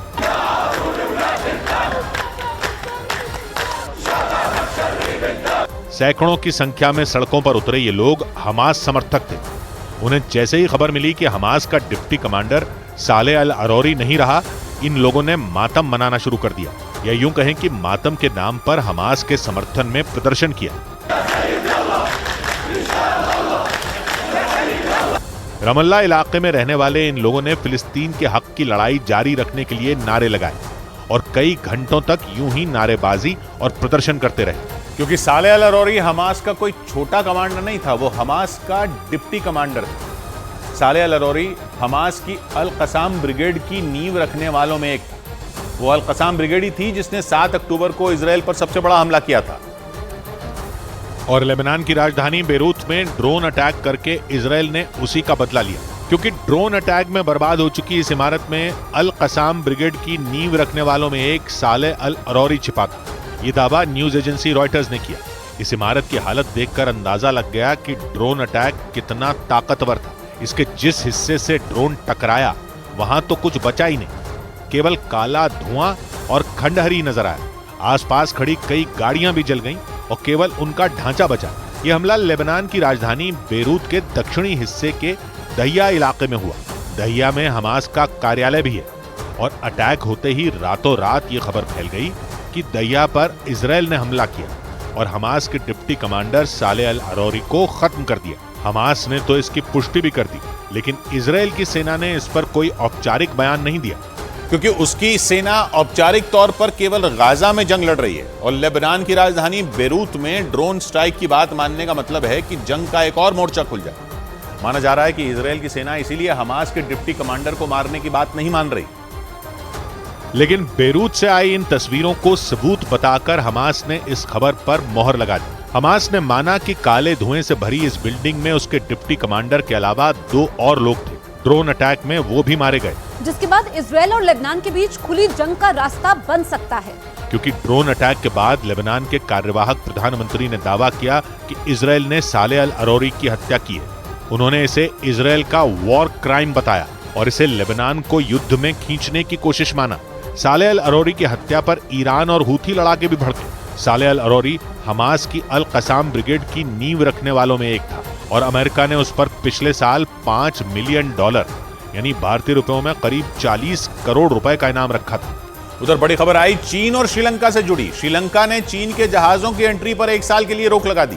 बताया गया कि चीन का जहाज इसी महीने श्रीलंका के एक बंदरगाह पहुंचने वाला था, क्योंकि दावा है कि चीन लंबे वक्त से हिंद महासागर में नजरें गड़ा बैठा है और जासूसी के लिए वो लगातार श्रीलंका के अलग अलग बंदरगाहों पर अपने जहाजों को भेज रहा है। इसी कड़ी में वो एक और जहाज भेजने वाला था, लेकिन श्रीलंका ने उसके जहाजों की एंट्री पर प्रतिबंध लगा दिया और ऐसा करके श्रीलंका ने चीन को तगड़ा झटका दे दिया। इसी वजह से यह माना जा रहा है कि हिंद महासागर पर अपनी पकड़ मजबूत करने की चाहत रखने वाले चीन के मंसूबे पर पानी फिर गया, क्योंकि 1 साल तक उसके जहाज श्रीलंका में रुक नहीं पाएंगे। इसका मतलब यह हुआ कि हिंद महासागर में नई चाल चलने वाला चीन खुद अपने जाल में फंस गया। ऐसा इसलिए क्योंकि उसकी मदद करने वाले श्रीलंका ने ही अपना हाथ खींच लिया। असल में पिछले साल ही चीन ने अपने कई जहाजों को श्रीलंका भेजा और वहां की नौसेना ने इसका खुलकर स्वागत भी किया था। लेकिन अब श्रीलंका ने चीन के जहाजों की एंट्री पर 1 साल के लिए रोक लगा दी, जो चीन के लिए एक तरह से कड़ी चेतावनी बताई जा रही है। दावा किया गया कि चीन अपने जहाजों की मदद से हिंद महासागर इलाके में जासूसी करने में जुटा था। इसके साथ ही यह भी दावा किया गया कि चीन ने जिन जहाजों को वहां भेजा उनके जरिए डेटा भी इकट्ठा किया गया। बताया गया कि जहाजों से मिला डेटा चीन की सेना को भेजा गया। माना जाता है कि खाड़ी देशों से होने वाले तेल और गैस के निर्यात का एक बहुत बड़ा हिस्सा हिंद महासागर से होकर गुजरता है। इतना ही नहीं, इस इलाके में अमेरिका, ब्रिटेन और भारत समेत कई देशों के सैन्य अड्डे भी हैं। यही वजह रही कि चीन वहां अपनी पैठ बनाना चाहता है और श्रीलंका में चीन के जहाजों पर लगे प्रतिबंध को भारत की जीत बताया जा रहा है। माना जा रहा है कि भारत के विरोध जताने के बाद ही श्रीलंका ने चीन के जहाजों पर रोक लगाने का कदम उठाया और चीन के खिलाफ बड़ी चाल चल दी, क्योंकि कई महीनों पहले ही भारत ने चीन की जासूसी को लेकर संकेत दे दिए थे। इतना ही नहीं, उसने यह भी इशारा कर दिया था कि चीन शोध के नाम पर हिंद महासागर में जासूसी की कोशिश में जुटा है, जिसका मतलब ये हुआ कि भारत के कहने पर श्रीलंका ने चीन से किनारा कर लिया। क्योंकि श्रीलंका के तटों पर चीन के जहाजों की तैनाती की वजह से भारत कई बार अपनी चिंता जाहिर कर चुका है। माना जा रहा है कि भारत के दबाव के बाद ही श्रीलंका ने चीन को बड़ा झटका दिया। असल में श्रीलंका लंबे वक्त से चीन से मिले कर्ज के बोझ तले दबा और इसी का फायदा उठाकर चीन उसके बंदरगाहों पर अपने जहाजों को भेज रहा था। दावा किया गया कि चीन ने श्रीलंका के एक बंदरगाह को अपने कब्जे में ले लिया था। इसके साथ ही वो एक और जहाज को वहां भेजने की तैयारी में जुटा था, लेकिन इससे पहले ही श्रीलंका ने जहाजों की एंट्री पर प्रतिबंध लगा दिया। क्योंकि सिर्फ भारत ही नहीं बल्कि अमेरिका ने भी कई बार श्रीलंका में चीन के जहाजों की एंट्री पर कड़ा विरोध जताया। इसलिए यह माना जा रहा है कि भारत और अमेरिका के दबाव में आकर श्रीलंका ने यह फैसला ले लिया, क्योंकि श्रीलंका में इसी साल चुनाव होने हैं और ऐसे में यह माना जा रहा है कि वहां की सरकार अपने पड़ोसी देश भारत को नाराज नहीं देखना चाहती, जबकि अमेरिका जैसे शक्तिशाली देश को भी श्रीलंका साथ लेकर चलना चाहता है। क्योंकि लगातार मिल रही धमकियों की वजह से अमेरिका चीन पर भड़का हुआ है, इसलिए उसने चीन के जहाजों को शरण देने वाले देश श्रीलंका को भी इशारों में सख्त चेतावनी दे दी, ताकि दूसरे देशों की मदद लेकर अमेरिका को आंख दिखाने वाले चीन को घेरा जा सके। यानी श्रीलंका एक तरह से फूंक फूंक कर कदम रख रहा है। भले ही वो चीन से मिले कर्ज में डूबा हुआ हो, लेकिन भारत और अमेरिका जैसे देशों से दुश्मनी मोल लेकर वो खुद का नुकसान नहीं करना चाहता। उधर काला सागर में यूक्रेन का रास्ता रोककर तुर्की ने नेटो की परेशानी बढ़ा दी। तुर्की ने ऐलान कर दिया कि वो यूक्रेन को ब्रिटेन से मिले युद्धपोतों को काला सागर में प्रवेश करने की इजाजत नहीं देगा। मतलब कि काला सागर में युद्धपोतों की एंट्री के लिए तुर्की की सीमा से होकर गुजरना होगा और अगर यूक्रेन ने ऐसा किया तो यह अंतर्राष्ट्रीय कानून का उल्लंघन माना जाएगा। यानी नेटो का सदस्य होते हुए भी तुर्की ने एक तरह से यूक्रेन को घेर लिया। साल 2022 में जब रूस और यूक्रेन के बीच जंग शुरू हुई थी, तब तुर्की ने 1936 के मॉन्ट्रो कन्वेंशन को लागू कर दिया था, जिसके तहत युद्ध में शामिल देशों के जहाजों के लिए काला सागर में प्रवेश का रास्ता बंद कर दिया गया। और तुर्की ने तो पहले ही ब्रिटेन को यह जानकारी दे दी थी कि जंग के दौरान वो अपनी सीमा से जहाजों को गुजरने नहीं देगा। इतना ही नहीं, तुर्की के राष्ट्रपति रजिब तैयब एर्दोआन तो नेटो के दूसरे देशों को भी कई बार चेतावनी दे चुके हैं।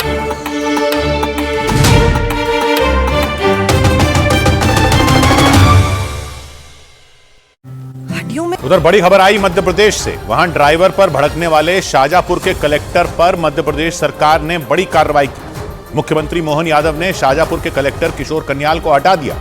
शाहजहांपुर के कलेक्टर ने जिले के ड्राइवरों की एक बैठक बुलाई थी और आरोप है कि उस बैठक में उन्होंने एक ड्राइवर से अभद्र भाषा में बात की थी। बाद में इस बातचीत का एक वीडियो भी वायरल हो गया और यह पूरा मामला मध्य प्रदेश के मुख्यमंत्री मोहन यादव तक पहुंच गया। उन्होंने इस मामले पर ताबड़तोड़ एक्शन लिया और राज्य के शाहजहांपुर जिले के कलेक्टर किशोर कन्याल को हटा दिया।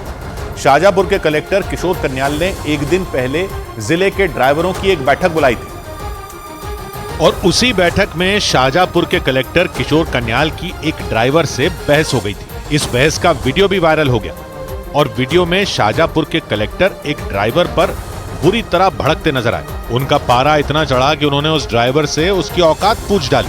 क्या करोगे तुम? क्या औकात तुम्हारी? इस बैठक में कई ड्राइवर मौजूद थे। शाहजहांपुर के कलेक्टर के बगल में पुलिस अधिकारी भी बैठे थे। एक दूसरा अधिकारी तो लगातार उनसे बात भी कर रहा था। इन सब के बीच किशोर कन्याल कड़े शब्दों में ड्राइवरों को समझा रहे थे, लेकिन तभी एक ड्राइवर ने बीच में ही उन्हें टोक दिया। फिर क्या था, बात का बतंगड़ बन गया। अच्छे से बोलो। ड्राइवर के टोकते ही कलेक्टर किशोर कन्याल का पारा 7वें आसमान पर पहुंच गया और बैठक में मौजूद सभी लोगों का ध्यान कलेक्टर को टोकने वाले ड्राइवर पर चला गया। इस बहस का वीडियो बनाने वाले ने भी कैमरा उस ड्राइवर की ओर घुमा दिया, क्योंकि जैसे ही कलेक्टर उस पर भड़के वो घबरा गया। कलेक्टर उसे उंगली दिखा दिखा कर डांट रहे थे और वो हाथ जोड़कर खड़ा था, लेकिन कलेक्टर का गुस्सा कम नहीं हुआ। ये देखकर वो इतना घबरा गया कि हाथ जोड़कर माफी मांगने लगा। मैं इसके लिए माफी चाह रहा हूं। बहस के बीच एक पुलिस वाला आगे आया और ड्राइवर को समझा बुझाकर अपनी सीट पर बिठाने लगा। एक तरफ पुलिस वाला ड्राइवर को बिठाने की कोशिश कर रहा था, दूसरी ओर किशोर कन्याल लगातार बोलते जा रहे थे। ड्राइवर भी डरते डरते ही सही, लेकिन उनको जवाब दे रहा था। ये सारी बहस इसलिए हुई क्योंकि शाहजहांपुर के कलेक्टर ने गुस्से में आकर एक ड्राइवर से उसकी औकात पूछ ली और देखते ही देखते पूरी बैठक का माहौल ही खराब हो गया। हिट एंड रन कानून के खिलाफ मध्य प्रदेश समेत देश के कई हिस्सों के ट्रक ड्राइवरों ने प्रदर्शन किया था। इसी दौरान शाहजहांपुर में भी ड्राइवरों ने प्रदर्शन किया था और प्रदर्शन को उग्र होने से रोकने के लिए शाहजहांपुर कलेक्टर ने यह बैठक बुलाई थी, लेकिन उनके एक ड्राइवर से उसकी औकात पूछने पर पूरी बैठक का माहौल ही बिगड़ गया। क्या करोगे तुम? क्या औकात तुम्हारी? कलेक्टर किशोर कन्याल की बातें सुनकर भड़के ड्राइवर को उसकी सीट पर बिठाने में पुलिस वाले को खूब मेहनत करनी पड़ी। वो बार बार औकात वाली बात पर आपत्ति जताता रहा। यही तो चीज है सर, हमारी यही लड़ाई, हमारी कोई। इसी बीच इस सारी बहस का वहां मौजूद दूसरे लोगों ने वीडियो बना लिया, लेकिन न ड्राइवर चुप हो रहा था और न ही कलेक्टर किशोर कन्याल। पुलिस वाला भी बहस रोकते रोकते थक गया। इसके बाद आसपास मौजूद लोगों ने भी बोलना बंद कर दिया और एक वक्त ऐसा आया जब केवल कलेक्टर और ड्राइवर की बहस हो रही थी और बैठक में मौजूद बाकी लोग हाथ पर हाथ रखकर ये सारा तमाशा देख रहे थे। यही नहीं, कलेक्टर की बात सुनकर बहस करने वाले ड्राइवर ने वहां मौजूद दूसरे ड्राइवरों से समर्थन भी मांगा।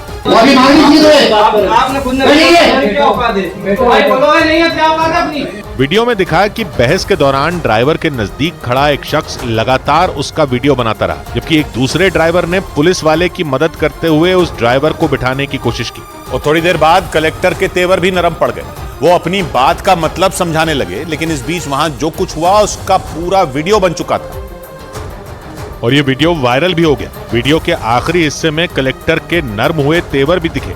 बहस करने वाला ड्राइवर भी आखिरकार अपनी सीट पर बैठ ही गया। औकात क्या औकात है? अपनी बात को डेमो की तरीके से रखी, ये तो मैं कह रहा हूं आपको। कलेक्टर ने भले ही बाद में बात संभालने की कोशिश की, लेकिन इससे पहले बोली गई उनकी बातें मध्य प्रदेश के मुख्यमंत्री मोहन यादव को पसंद नहीं आई। ड्राइवर से अभद्र भाषा में बात करने की वजह से शाहजहांपुर जिले के कलेक्टर किशोर कन्याल को हटा दिया गया। ये भाषा कम से कम हमारी सरकार में बर्दाश्त नहीं। दोबारा जो अधिकारी आएगा वो इस प्रकार की भाषा का और व्यवहार का ध्यान रखेगा। मध्य प्रदेश के मुख्यमंत्री मोहन यादव ने इस घटना पर एक्शन लेते हुए नरसिंहपुर जिले के कलेक्टर को शाहजहांपुर का कलेक्टर बना दिया और किशोर कन्याल को उनकी भाषा की वजह से हटा दिया गया।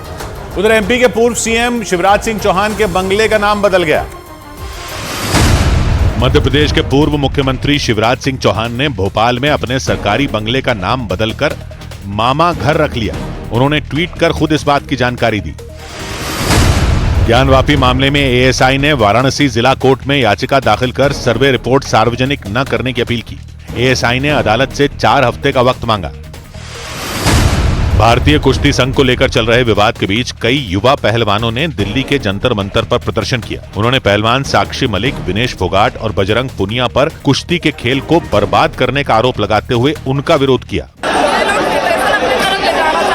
न्याय करने के लिए पूरा फेडरेशन रद्द करवाए, बोले फिर से चुनाव करवाओ। इस बीच उत्तर प्रदेश की राजधानी लखनऊ से हैरान कर देने वाला एक वीडियो सामने आया। उस वीडियो में वहां बन रही एक 2 मंजिला इमारत अचानक ढहती दिखाई दी। गनीमत यह रही कि इस हादसे में किसी को कोई चोट नहीं पहुंची, लेकिन इसकी वजह से पूरे इलाके में हड़कंप मच गया, क्योंकि चंद सेकंड के अंदर वो 2 मंजिला इमारत ताश के पत्तों की तरह भर-भरा कर गिर गई। इमारत के गिरने की वजह से उस पूरे इलाके में धूल का गुबार छा गया। वहां कई लोग धूल से खुद को बचाने की कोशिश करते भी दिखे। थोड़ी देर बाद जब धूल हटी तो पूरी सड़क इमारत के मलबे से पटी नजर आई। हर तरफ सिर्फ ईंट और पत्थर ही पड़े दिखाई दिए। 2 मंजिला निर्माणाधीन इमारत गिरने की यह घटना लखनऊ के आर्यनगर इलाके की है। बताया गया कि दरार पड़ने की वजह से वो इमारत अचानक एक तरफ झुकने लगी। इसका पता चलते ही लोगों ने फौरन पुलिस को इसकी सूचना दी। इसके बाद पुलिस ने इमारत में काम करने वाले लोगों को वक्त रहते बाहर निकाल लिया और फिर थोड़ी ही देर बाद वो इमारत ढह गई। बिल्डिंग के गिरने से वहां अफरा तफरी मच गई। खबर है, इस हादसे के बाद पुलिस ने इमारत बनाने वाले ठेकेदार को हिरासत में ले लिया। इधर दिल्ली के नजदीक हरियाणा के गुरुग्राम में एक तेंदुए के पहुंचने से लोग दहशत में आ गए। वहां के नरसिंहपुर इलाके में उस तेंदुए को टहलते देख लोग खौफ से भर गए, क्योंकि वो तेंदुआ वहां मौजूद एक घर में घुस गया। इसका जो वीडियो सामने आया उसमें वो तेंदुआ उस घर के एक हिस्से से तेजी से भागता हुआ आता दिखाई दिया। वो तेंदुआ उस घर के दूसरे हिस्से में मौजूद एक कमरे में घुसने के लिए तेजी से भागता हुआ गया, लेकिन उस कमरे का दरवाजा बंद था और इसीलिए जैसे ही उसने उस कमरे में घुसने के लिए छलांग मारी, वो उस कमरे के दरवाजे से टकरा गया। इसे देखकर उस कमरे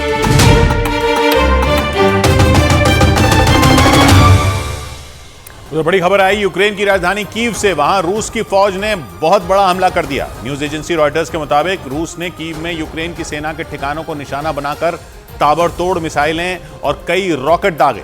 बमबारी की वजह से कीव के कई इलाकों में पानी और बिजली की सप्लाई ठप हो गई। खबरों के मुताबिक जंग के 22 महीने बाद पुतिन ने यूक्रेन की राजधानी कीव पर पूरी तरह कब्जे का प्लान बना लिया और उसी प्लान के तहत रूस की सेना ने यूक्रेन के 2 सबसे बड़े शहरों कीव और खार्किव पर जोरदार हमले शुरू कर दिए। एक रोज पहले पुतिन की फौज ने कीव पर हाइपरसोनिक मिसाइलों और रॉकेट की बारिश कर दी और रूस ने उस हमले का एक वीडियो भी जारी किया, जिसमें उसके जंगी हेलीकॉप्टर, जंग के मोर्चे पर तैनात टैंक और तोपें गोला बारूद बरसाते दिखे। रूस की फौज की तरफ से जारी 41 सेकंड के वीडियो में भारी बर्फबारी के बीच उसकी तोपें आग उगलती दिखी।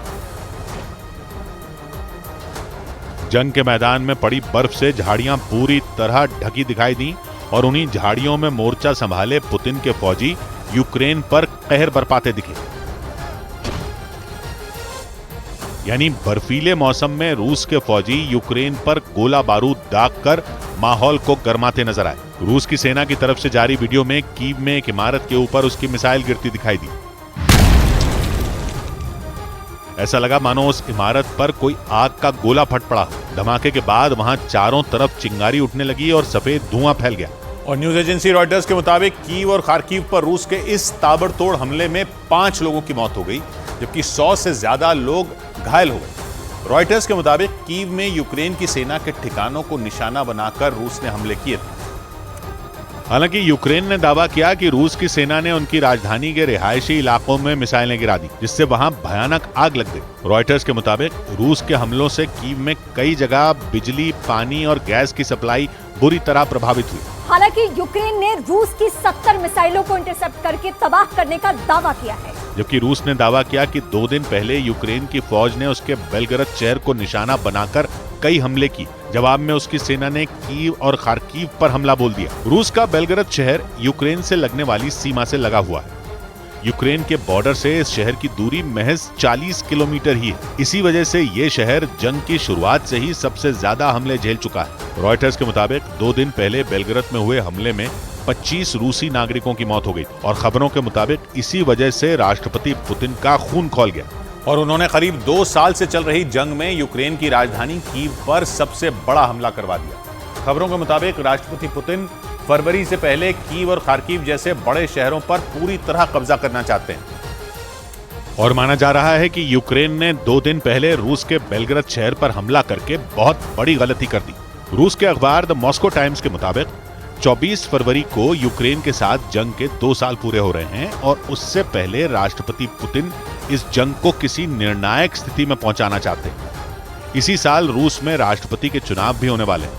ऐसे में पुतिन फरवरी से पहले जंग जीतकर चुनाव में भी अपनी स्थिति मजबूत करना चाहते हैं और पश्चिमी मीडिया के मुताबिक 2 साल से जंग लड़ रही यूक्रेन की सेना भी थक चुकी है।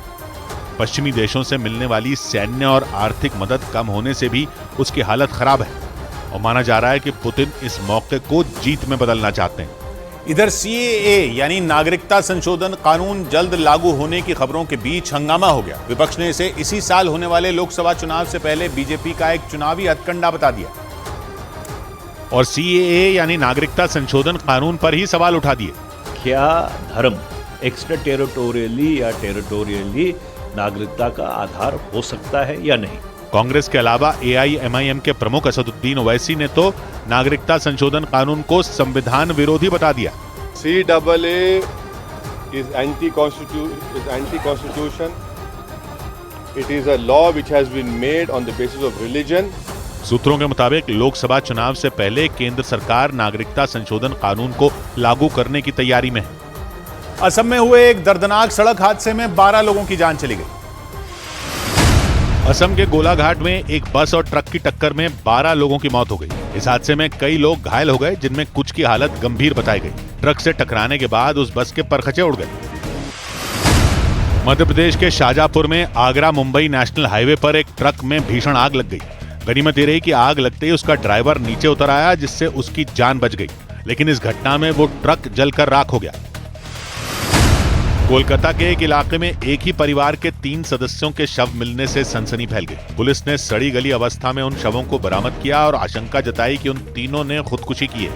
इस बीच तुर्की ने इजरायल की खुफिया एजेंसी मोसाद के 30 से ज्यादा एजेंटों को गिरफ्तार करने का दावा किया। न्यूज एजेंसी रॉयटर्स के मुताबिक गिरफ्तार किए गए लोगों पर तुर्की में रहने वाले फिलिस्तीनियों को निशाना बनाने के आरोप लगे और जैसे ही तुर्की को इसकी भनक लगी, उसने मोसाद के लिए काम करने के आरोप में उन लोगों को दबोच लिया। तुर्की ने मोसाद के संदिग्ध एजेंटों को पकड़ने का वीडियो भी जारी किया। उस वीडियो में तुर्की की खुफिया एजेंसी और पुलिस के जवान अलग अलग ठिकानों पर छापे मारते दिखाई दिए। इस ऑपरेशन को किसी एक्शन फिल्म की तरह अंजाम दिया गया। तुर्की के इस्तांबुल शहर में एक ठिकाने पर छापेमारी के लिए पुलिस की टीम करीब 1 दर्जन गाड़ियों के साथ जाती दिखी, क्योंकि उन्हें वहां एक मकान में मोसाद के एक संदिग्ध एजेंट के छिपे होने की सूचना मिली थी। रात के वक्त चलाए गए इस ऑपरेशन में तुर्की के पुलिस वालों ने उस मकान पर पहुंचते ही सबसे पहले उसे चारों तरफ से घेर लिया।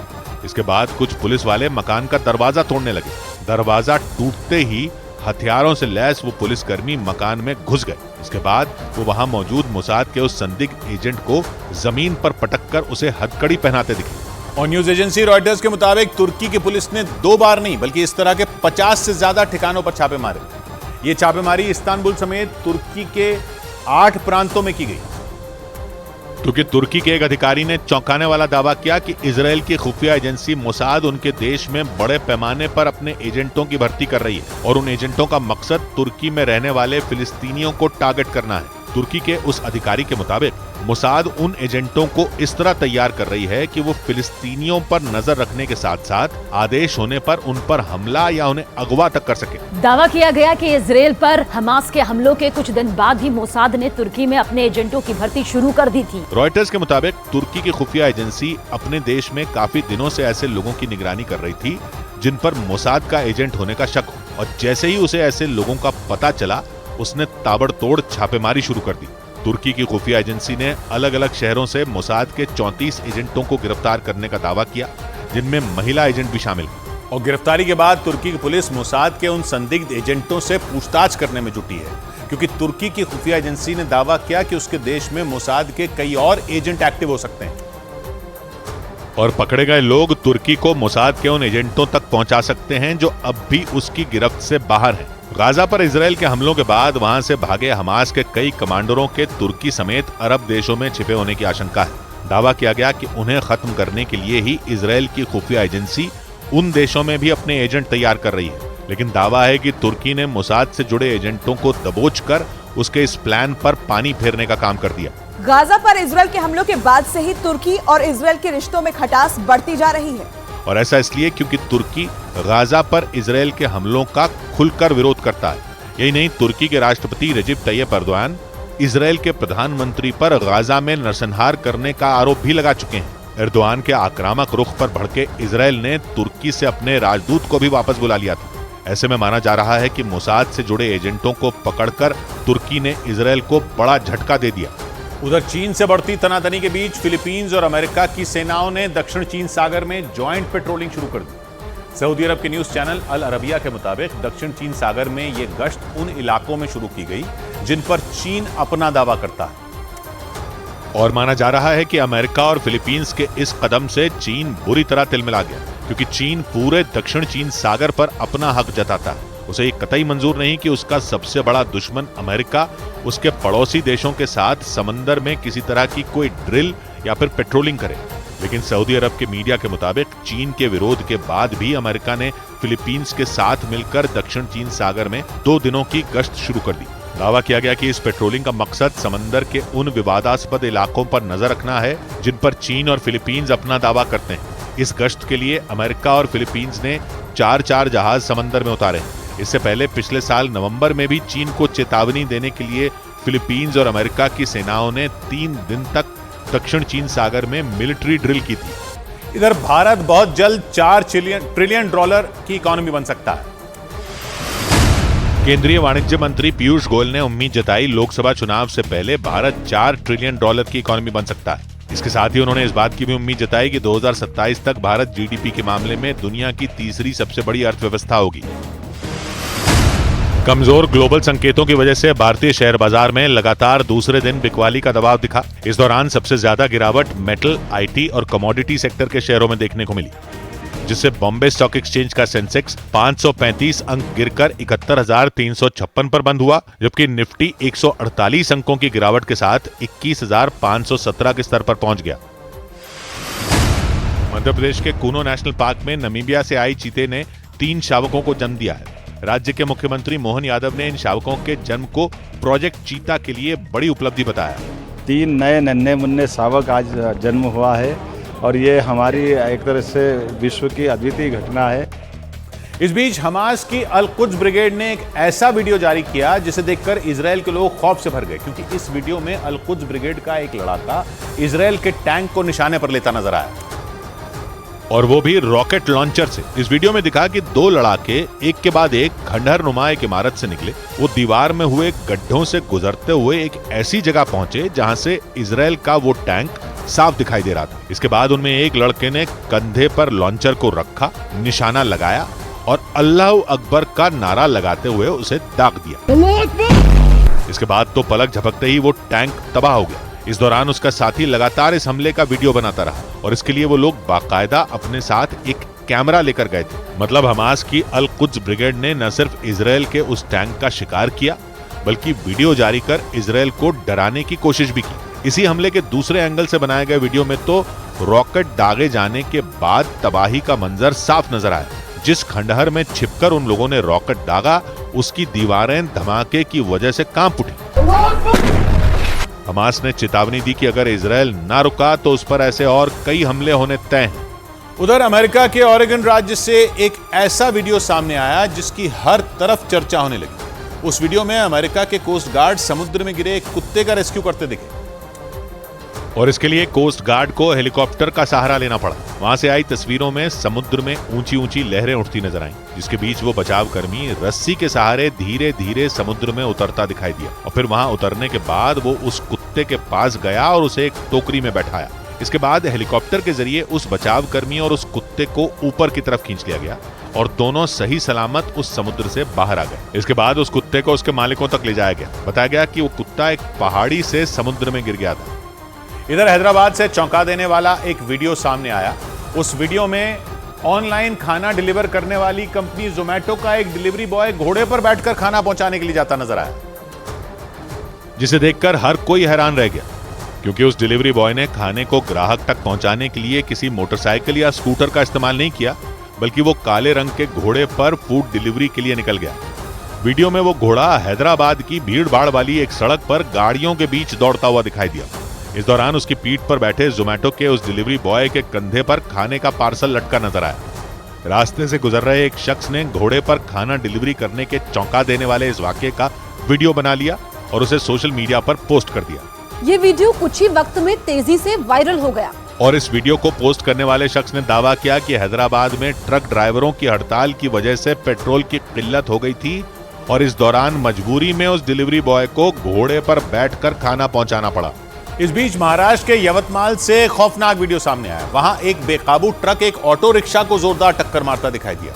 इस दर्दनाक हादसे का वीडियो पेट्रोल पंप पर लगे सीसीटीवी कैमरे में रिकॉर्ड हो गया और उस वीडियो को देखकर लोगों की सांसें थम गईं, क्योंकि जो वीडियो सामने आया उसने भीषण हादसे की तस्दीक कर दी। 46 सेकंड के उस वीडियो में 30 सेकंड तक सब कुछ नॉर्मल दिखा, लेकिन 30 सेकंड के बाद जो मंजर नजर आया उसका किसी को भी अंदाजा नहीं था। उस वीडियो में पहले वो ऑटो पेट्रोल पंप की तरफ जाने वाली सड़क पर टर्न लेता दिखा, लेकिन इस बीच उसके बाईं ओर से तेज रफ्तार में वो ट्रक आया और उसे जोरदार टक्कर मार दी। इस टक्कर से ट्रक के साथ वो ऑटो आगे की तरफ कुछ दूरी तक घिसटता चला गया और थोड़ी ही देर में वो पलट गया, जबकि वो ट्रक वहीं रुक गया। लेकिन इसके बाद तो वहां चीख पुकार मच गई, क्योंकि उस ऑटो में कई लोग सवार थे जो दर्दनाक हादसे का शिकार हो गए। इस हादसे में एक महिला समेत 2 लोगों की मौत हो गई, जबकि उस ऑटो का ड्राइवर बुरी तरह घायल हो गया। इस मामले की जांच करते हुए पुलिस ने उस ट्रक के ड्राइवर को गिरफ्तार कर लिया।